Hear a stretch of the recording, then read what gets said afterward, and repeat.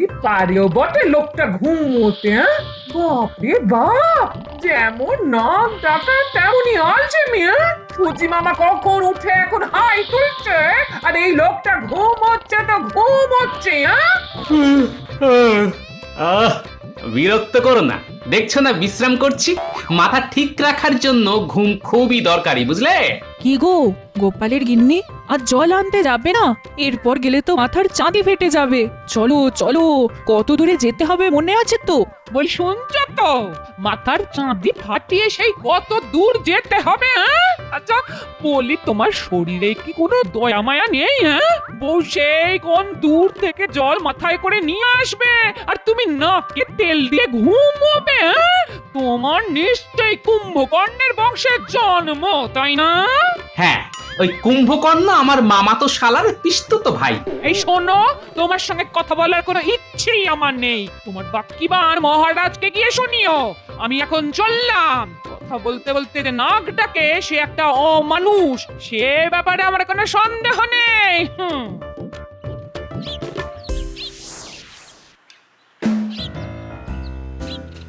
কি গো গোপালের গিন্নি, আজ এত দেরি হলো? আর বলো না গো, ঘরে কুম্ভকর্ণকে রেখে কি আর বার হওয়া যায়, হ্যাঁ? সে কি নাক ডাকারে বাবা, সিংহ শুনলে ভয় পেয়ে যাবে। হ্যাঁ, সকালের দিকে তো কাক পক্ষী ভুল করেও আমাদের বাড়ির আশপাশ এড়িয়ে যায়। হ্যাঁ, কি ঘুম কি ঘুম। গো, জল আনতে যাচ্ছ? আমিও যাচ্ছি। চলো চলো চলো, একসঙ্গে যাই। আজ বড্ড দেরি হয়ে গেল। আসলে বাপের বাড়ি থেকে অনেক লোক এসেছে, তাদের সকালের খাওয়া খাইয়া এখন সময় পেলাম জল আনার। চলো চলো চলো, আজ খুব দেরি হয়ে গেল গো। হ্যাঁ রে, তোর খোপায় ওটা কি রে? কে দিল রে? নিশ্চয়ই হারান। তোকে লাগছেও খুব সুন্দর দেখতে। অত সুন্দর চুলে মানাবে না। ও গোপালের গিন্নি, এবার তোমার কর্তাকে বলো একটার উপর কাঁটা দিতে, মানাবে খুব। আমার কথা তো বিয়ের পর থেকে আমার দিকে ফিরেও তাকান, আর তিনি দেবেন রূপর কাঁটা, হ্যাঁ? কি বলবো আর তোমাদের, ওরকম হাড় কেটে লোক আমি জীবনে দুটো দেখিনি বাবা। হ্যাঁ,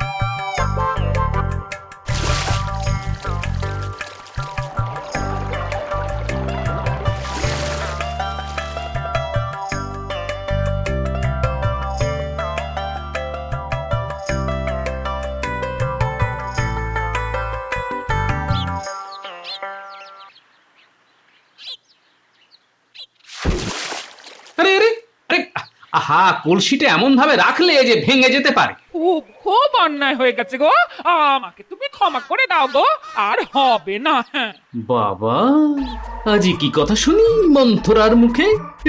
এই রোদে জল নিয়ে এসে কোথায় মুখ ঝামটা মারবে তা নয়, উল্টে মিষ্টি করে কথা বলছে। না না, ক্ষমা চাওয়ার কি আছে? তুমি কি আর ইচ্ছে করে করেছো? ভারী তো একটা মাটির হাড়ি, তার জন্য এত করে বলার কোনো দরকার নেই গিন্নি। মাটি বলে কি কোনো দাম নেই, হ্যাঁ? আজকাল মাটির দামও সোনার কাছাকাছি। হ্যাঁ, এই দেখো, আমি কি জানি না কত কষ্ট করে তুমি সংসার চালাও, হ্যাঁ? হুম, না না না না, নির্ঘাত কোনো ধান্দা আছে। ঠিক আছে, তুমি ডালে ডালে গেলে আমিও পাতায় পাতায় চলি। বলে ফেলো ধান্দাটা শুনি। ভাগ্যিস আমার ঘুমটা ভাঙিয়ে দিলে, নইলে যে কি কাণ্ড হতো। এমনিতেই রাজসভায় যেতে রোজ দেরি হয়ে যায়, আজ তো যেতেই পারতাম না। যা দেরি করে ঘুম থেকে উঠলাম, বাপরে বাপ। আজ হারানের বউয়ের চুলে দেখলাম একটা ভারী সুন্দর রূপোর কাঁটা। এই আমাকে একটা কিনে দেবে গো, হ্যাঁ? কাঁটা? রূপোর কাঁটা? হারানের বউয়ের চুলে? আমাকে আমাকে একটু জল দেবে গিন্নি? বুকটা না কেমন যেন ধরপড় ধরপড় করছে, শরীরটা খারাপ লাগছে। বৈদ্যকে একটু ডাকবে নাকি গো? যতদিন না আমার চুলের উপর কাঁটা ওঠে ততদিন আমি এই বাড়ির জলস্পর্শ করব না, এই আমি বলে রাখলাম। হ্যাঁ,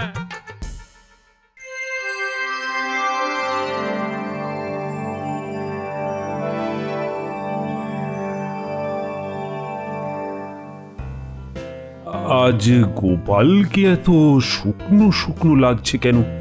বাড়িতে কি কোনো অশান্তি হয়েছে?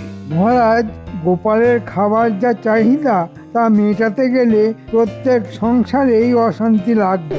মহারাজ, আমি স্বীকার করছি আমার পেটটা একটু বড়। তার জন্য কি আমি দায়ী মহারাজ? ভুল বললে গোপাল, তোমার একটা পেট নয়, কম করে 10টা পেট ওই জ্বালাটার মধ্যে ঢুকে আছে। না না না, তুমি এভাবে কাউকে অপমান করতে পারো না মন্ত্রী। গোপাল খেতে পারে, তার জন্য দায়ী নিশ্চয়ই ও নয়। মহারাজ, মন্ত্রী মশাই জানেন না যে আমাকে কত কষ্ট করে খান 12টা পেট চালাতে হয়। তুমি কি লঙ্গরখানা খুলেছো নাকি? না, ঠিক তা নয় মহারাজ। আমার নিজের 10টা পেট, আমার গিন্নির একটা পেট, আর ওই নাতি নাতনি নিয়ে মোট 12 থেকে 14টা পেটের ভাতের জোগাড় করতে হয় মহারাজ। কি করে করি তা কেউ কল্পনাতেও আনতে পারবে না মহারাজ। তুমি কটা পেট চালাও তা জেনে মহারাজের কি লাভ? হ্যাঁ, তুমি কি মহারাজের কাছে তোমার মাসোহারা বাড়াতে আর্জি জানাচ্ছ নাকি? করতেই হবে না। অন্তত মহারাজকে আমি অনুরোধ করব তিনি যেন তোমার ওই আর্জি মেনে না নেন। আপনি যে মুখ দেখেই মনের কথা বুঝতে শিখেছেন তা জেনে খুবই পুলকিত হলাম।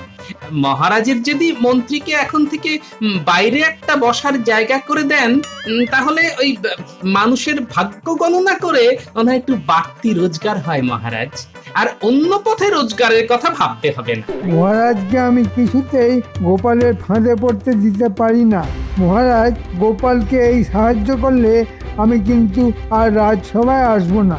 মন্ত্রিত্ব ছেড়ে দিতেও আমি রাজি আছি। না না গোপাল, দেখছো তো রাজসভায় তোমায় নিয়ে কেমন তর্ক হচ্ছে, আর আমি রাজা হয়ে এই বিতর্কের মধ্যে মোটেই থাকতে চাই না। আপনার অবস্থা আমি বুঝতে পারছি মহারাজ। আমার সমস্যাটা দেখি কি করে সমাধান করি। তবে আপনাকে এর মধ্যে আমি আর জড়াবো না, এই কথা দিলাম আপনাকে মহারাজ।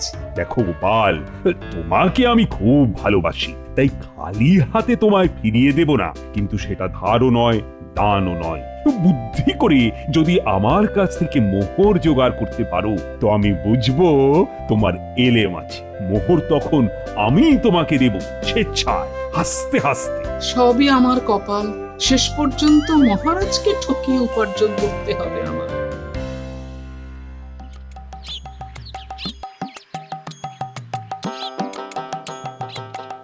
দাদু দাদু দাদু, চলো না, আজ আমার পুতুলের বিয়ে।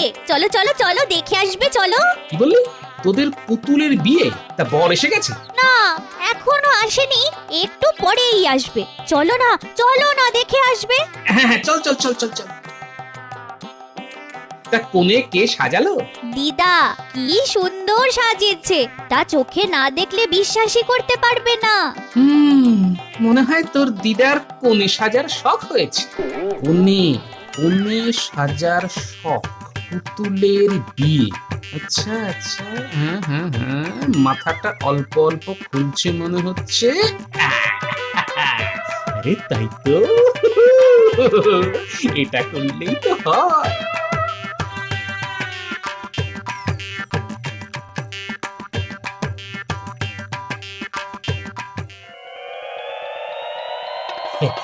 বাহ, কি সুন্দর তোর দিদা কোণে সাজিয়েছে রে, খুব সুন্দর, একেবারে যেন দিদাই। আর আর বর কোথায় গেল? বর বর বললাম না, বর এখনো আসেনি, এক্ষুনি এসে যাবে। দাঁড়িয়ে দেখে যাও না, তবে বরকে না একদম তোমার মতো দেখতে। হ্যাঁ, বলিস কি রে? বরকে দেখতে আমার মতো? কে বর সাজিয়েছে বলতো? দিদা শিখিয়ে দিয়েছে, আমরা তৈরি করেছি। তা তোর দিদার বোধহয় আবার আমাকে বিয়ে করার শখ হয়েছে।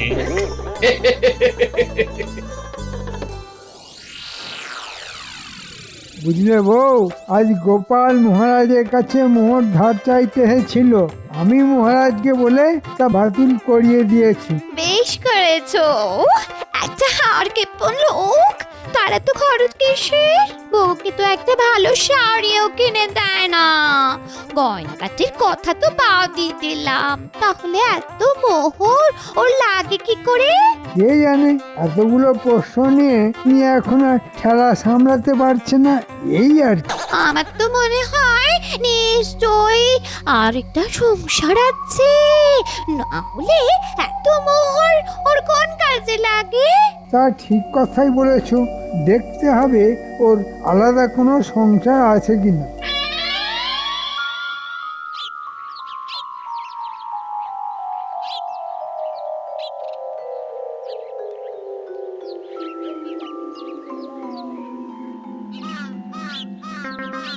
কি ব্যাপার গোপাল, তোমাকে এত অস্থির লাগছে কেন?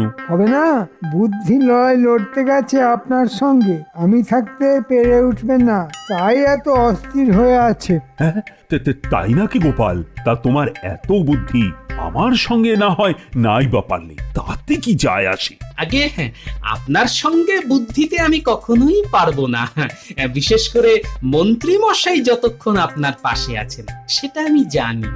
কিন্তু আমি একটা অন্য ব্যাপারে খুব ব্যস্ততার মধ্যে আছি মহারাজ। মহারাজ, দেখুন গিয়ে গোপালের অন্য কোনো সংসার আছে কিনা। এ কি বলছো তুমি মন্ত্রী? গোপালের আরেকটা সংসার আছে? না না না না, এ হতেই পারে না। মহারাজ, আমার মনে হচ্ছে মন্ত্রী মশাইয়ের বুদ্ধির উন্নতি হয়েছে। কিভাবে এটা হলো তা খুবই রহস্যের ব্যাপার মহারাজ। কল্পনা শক্তি যে আপনার মন্ত্রীর এত প্রবল তা আগে জানতাম না মহারাজ। তোমার ওই কুমড়ো পটাশ মাথায় যদি ঘিলু থাকতে পারে, আমার থাকবে না কেন? আমায় ফাঁকি দেওয়া অত সোজা কাজ না মহারাজ। শোনো, তোমাদের এই সব কথার মারপ্যাচ আমি কিন্তু কিছুই বুঝতে পারছি না। আমায় খোলসা করে বলো তো গোপাল, মানে তোমার সমস্যাটা কি? মহারাজ, অপরাধ নেবেন না, আমি না মানে ওই ওই আর কি মানে বিয়ে করছি মহারাজ। বলেছিলাম মহারাজ, আমার ভাবতে লজ্জা লাগছে, এই বয়সে গোপাল আবার বিয়ে করতে যাচ্ছে। ছি ছি ছি। গোপাল, সত্যি করে বলো, এটা সত্য না রসিকতা? মহারাজ, আমি মিথ্যে কথা বলি না, সত্যি আমি বিয়ে করছি, এবং কালকেই। একেই বলে ভীমরতি, বুড়ো বয়সে এই রোগটা হয়। মহারাজ, এই অনাচার আমি মানতে পারছি না। হয় গোপাল এখানে থাকবে, নয় আমি। কে থাকবে সেটা আপনি ঠিক করুন। এই, তুমি থামো তো মন্ত্রী, আমি গোপালকে প্রশ্ন করেছি, এই বয়সে আবার বিয়ে? একটু কেমন কেমন লাগছে যেন। আসলে মহারাজ বলতে পারেন কিছুটা বাধ্য হয়েই এই বিয়েটা আমায় করতে হচ্ছে। বিশদে সব খুলে বলবো, এখন নাই বা বললাম। তবে এটা সত্যি যে আমি আবার বিয়ে করছি মহারাজ। কেন কেন কেন বাধ্য হয়ে কেন? ইয়ে আবার কেউ বাধ্য হয়ে করে নাকি? কখনো কখনো করে কখনো কখনো, সেটা শুনলে বুঝতে পারবেন।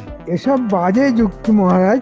ওর বিয়ে করার ইচ্ছে হয়েছে তাই করছে, কিন্তু মহারাজ এই বিয়েতে আমার মত নেই, সে কথাটা বলে রাখলাম। কে তোমার মত চাইছে যে আগ বাড়িয়ে তুমি দিতে যাচ্ছ? না মহারাজ, আপনার একজন গণ্যমান্য মন্ত্রী হিসেবে আমারও কিছু দায়িত্ব আছে, তা আমি অস্বীকার করতে পারছি না। আমি যতক্ষণ রাজ সিংহাসনে আছি তখন দায়িত্বটা তোমায় নিতে হবে না মন্ত্রী, আমিই নেব।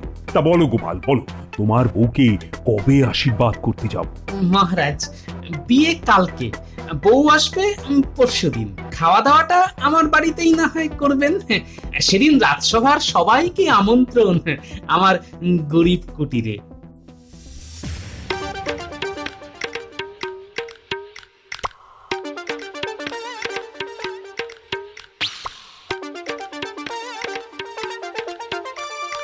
আরে গোপাল যে, শোনো শোনো শোনো, এদিকে এসো, এদিকে এসো। শোনো, মাছ কিনতে গেলে না আমার কাছ থেকেই কিনতে হবে, বুঝেছো? এখন লগনসার সময় তো মাছের যা দাম তুমি কুলোতে পারবে না, আরে আমার কাছ থেকে নিলে সস্তায় টাটকা মাছ পাবে। হ্যাঁ, বুঝছো না? তো কত কত মাছ লাগবে তোমার? কত? অনেক অনেক, তোমার কাছে যত মাছ আছে তা তো নেবই, দরকার পড়লে অন্য দোকান থেকেও নেব। আমার চাইতে ভালো মাছ এখানে কেউ দিতে পারবে না, বুঝছো কিনা? আর সস্তাতে তো নয়।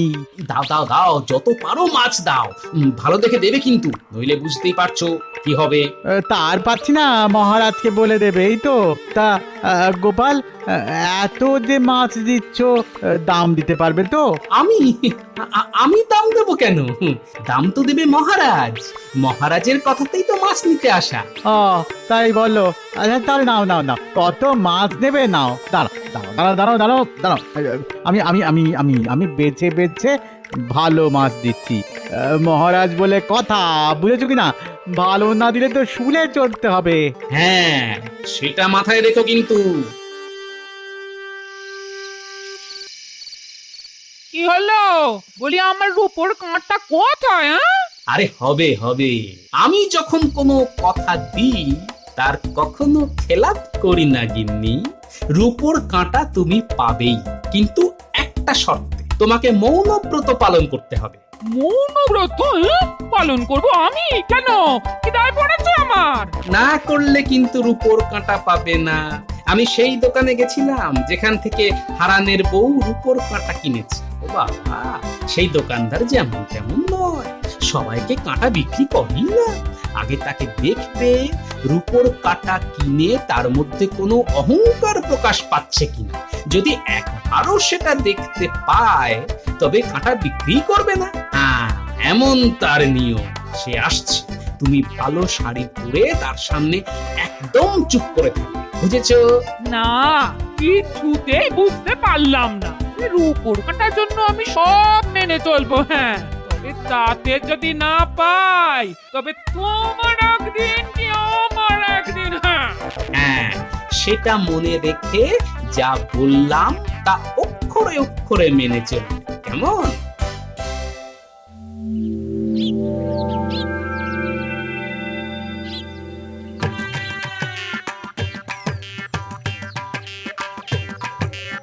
এই সন্তরা, আজ দিদা মৌনব্রত পালন করবে। তোরা একটা কাজ কর, দুটো কলা গাছ আর ঘট এনে বাড়ির সামনে লাগিয়ে রাখ। ওটা দিলে দিদার পুণ্যি হবে। এই গুলটে ন্যাপলা, যা তাড়াতাড়ি দুটো কলা গাছ এনে ঘট সাজিয়ে বাড়ির বাইরে রেখে দে তো।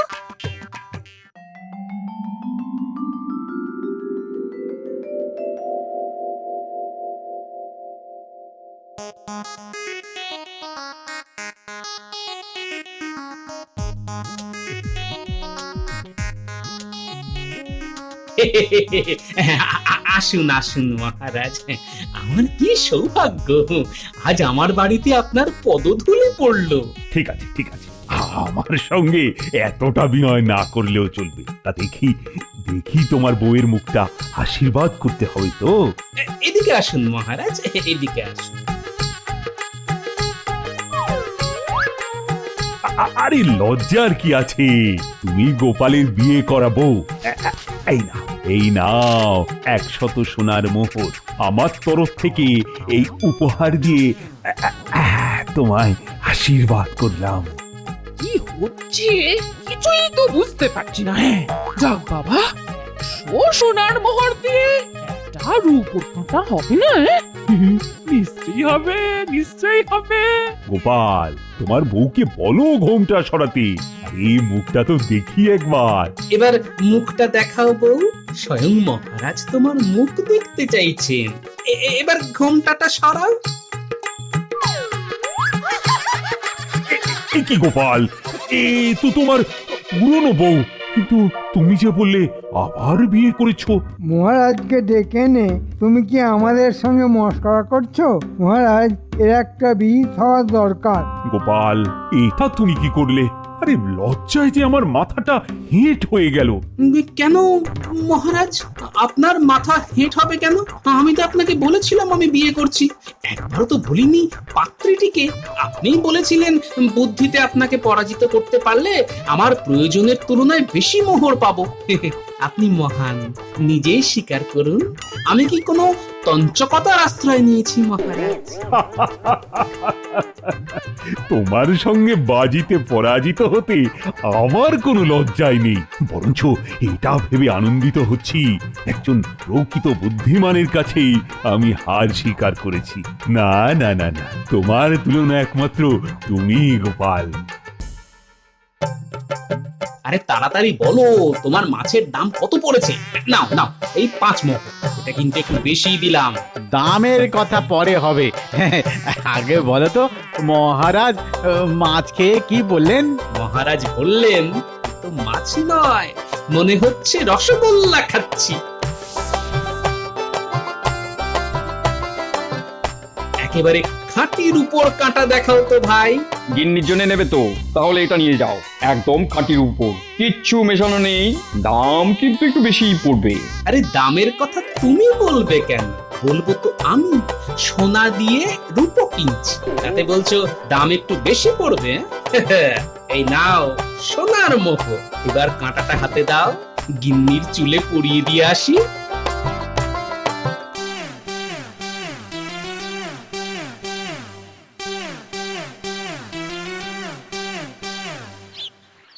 গিন্নি, অগিন্নি, অগিন্নি বলি গেলে কোথায়? এই দেখো দেখো কি এনেছি দেখো। দাদু এসে পড়েছে, তুমি দাদুর দিক থেকে মুখ ঘুরিয়ে বসো, আমরা দরজার আড়ালে লুকিয়ে আছি। তোমার জন্য দেখো রূপোর কাঁটা নিয়ে এসেছি, তুলে দেবে না? ও, তোমার ইচ্ছে হয়েছে আমি পরিয়ে দিই, তা দেবো না কেন? এই দিলাম খোপায় খাঁটি রূপোর কাঁটা পরিয়ে। দাদু আমরাও আছি। এই দেখো না, আমরা দুটো মালা নিয়ে এসেছি। এবার দিদা তুমি দাদুর দিকে তাকাও, আর দাদু তোমার দিকে। এই নাও মালা, দুজন দুজনকে পরিয়ে দাও। শুভ দৃষ্টি থেকে মালা বদল সব করতে হবে। রূপোর কাঁটা দিয়ে দাদু দিদার বিয়ে। দাদু বলল বুড়ি আমার মুখ পুরি, দিদা বলল বর তুমি কি আমার পর?